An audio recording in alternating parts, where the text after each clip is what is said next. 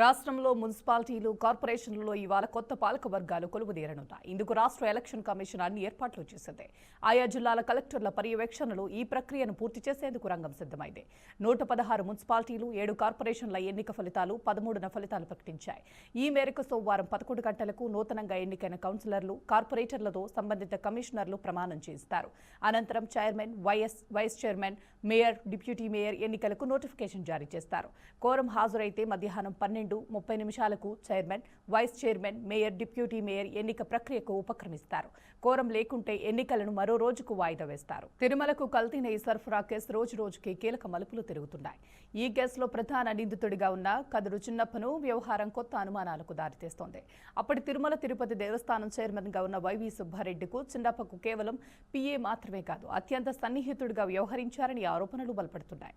2019లో YCP party అధికారంలోకి వచ్చిన కొద్ది నెలల్లోనే చిన్నప్పను ఢిల్లీలోని ఏపీ భవన్లో లైజనింగ్ అధికారిగా నియమించారు. తర్వాత ప్రత్యేక అధికారి హోదా కూడా ఇచ్చారు. నెలకు 75,000 రూపాయల పారితోషికంతో పాటు ప్రోటోకాల్ కింద ప్రత్యేక అలవెన్సెస్లు కల్పించినట్లు సమాచారం. పేరుకే ఢిల్లీలో అధికారిగా ఉన్నప్పటికీ వాస్తవానికి సుబ్బారెడ్డి వ్యక్తిగత వ్యవహారాలనే చిన్నప్పకు చూసుకున్నారని విమర్శలు వస్తున్నాయి. ప్రభుత్వ ఖజానా నుంచి జీతభత్యాలు చెల్లిస్తూ వ్యక్తిగత సేవలకు వినియోగించుకున్నారని ఆరోపణలు ఇప్పుడు దర్యాప్తులో కీలక అంశంగా మారాయి. ఈ వ్యవహారంపై విచారణ మరింత వేగం పుంజుకున్నట్లు తెలుస్తోంది. తెలంగాణ, ఆంధ్రప్రదేశ్ రాష్ట్ర ప్రజలకు బిగ్ అలర్ట్ జారీ చేశారు. 2 తెలుగు రాష్ట్రాలలో మళ్లీ వర్షాలు పడే అవకాశాలు ఉన్నట్లు వాతావరణ శాఖ హెచ్చరికలు జారీ చేసింది. దక్షిణ బంగాళాఖాతంలో ఇవాళ అల్పపీడనం ఏర్పడే అవకాశం ఉన్నట్లు వాతావరణ శాఖ కీలక ప్రకటన చేసింది. దీని ప్రభావంతో తమిళనాడు, శ్రీలంకలో వర్షాలు పడతాయని హెచ్చరించింది. ఈ నెల 19వ తేదీ తర్వాత ఉపరితల ఆవర్తనం ఏర్పడి అల్పపీడనంగా మారే పరిస్థితులు కనిపిస్తున్నట్లు వెల్లడించింది వాతావరణ శాఖ. దీంతో ఆంధ్రప్రదేశ్, తెలంగాణ రాష్ట్రాల్లోని కొన్ని ప్రాంతాల్లో మోస్తరు వర్షాలు పడతాయని వివరించింది. ఈ నెల 25వ తేదీ నుంచి 28వ తేదీ వరకు దాదాపు 4 రోజుల పాటు తెలంగాణలో వర్షాలు పడతాయని కూడా స్పష్టం చేసింది వాతావరణ శాఖ. అంటే మొత్తంగా 2 అల్పపీడనాలు ఏర్పడే ఛాన్స్ ఉన్నట్లు తెలిపింది వాతావరణ శాఖ. క్షేత్రస్థాయిలో పనిచేసే కార్యకర్తల కష్టాన్ని గుర్తించి వారికి నాయకత్వ అవకాశాలు కల్పించడమే పార్టీ లక్ష్యమని పవన్ కళ్యాణ్ స్పష్టం చేశారు. మహాశివరాత్రి సందర్భంగా జనసేన పార్టీ క్రియాశీలక సభ్యత్వ నమోదు కార్యక్రమాన్ని ఆయన మంగళగిరిలోని పార్టీ కేంద్ర కార్యాలయంలో ప్రారంభించారు. ఈ సందర్భంగా తొలి సభ్యత్వాన్ని స్వయంగా తీసుకున్నారు. కార్యకర్తల బీమా కోసం 2 కోట్ల చెక్కును పార్టీ రాజకీయ వ్యవహారాల కమిటీ చైర్మన్ మంత్రి నాదెండ్ల మనోహర్కు అందజేశారు. ఈ నెల 26 నుంచి రాష్ట్ర వ్యాప్తంగా 5వ విడత సభ్యత్వ నమోదు ప్రారంభమవుతుందని, పిఠాపురం నియోజకవర్గంలో వారం ముందే ప్రారంభిస్తామన్నారు. హైదరాబాద్లో మరో అగ్ని ప్రమాదం కలకలం రేపింది. కేపీహెచ్పీ రోడ్ నెంబర్ 3లోని ఓ అపార్ట్మెంట్ 5వ అంతస్తులో స్వల్ప అగ్ని ప్రమాదం చోటు చేసుకుంది.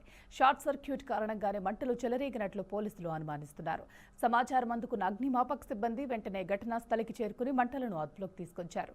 అపార్ట్మెంట్ నివాసితులు భయాందోళనకు గురై ఎలాంటి ప్రాణ నష్టం జరగలేదని అధికారులకు తెలిపారు. పూర్తి వివరాలు ఇంకా తెలియాల్సిందే. నెల్లూరు జిల్లాలో అక్రమ రేషన్ బియ్యం రవాణా వెలుగులోకి వచ్చింది.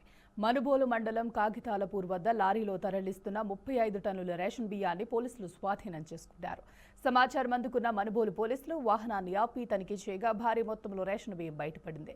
కేసు నమోదు చేసి దర్యాప్తు ప్రారంభించారు. సీజ్ చేసిన బియ్యం లారీని పొదలకూరు సివిల్ సప్లైస్ గోదాంకు తరలించినట్లు ఎస్ఐ రాకేష్ తెలిపారు. ఏలూరు జిల్లా ఏజెన్సీ ప్రాంతంలో దట్టమైన పొగమంచు కురుస్తుండటంతో పలు వాహనదారులు తీవ్ర ఇబ్బందులు ఎదుర్కొంటున్నారు.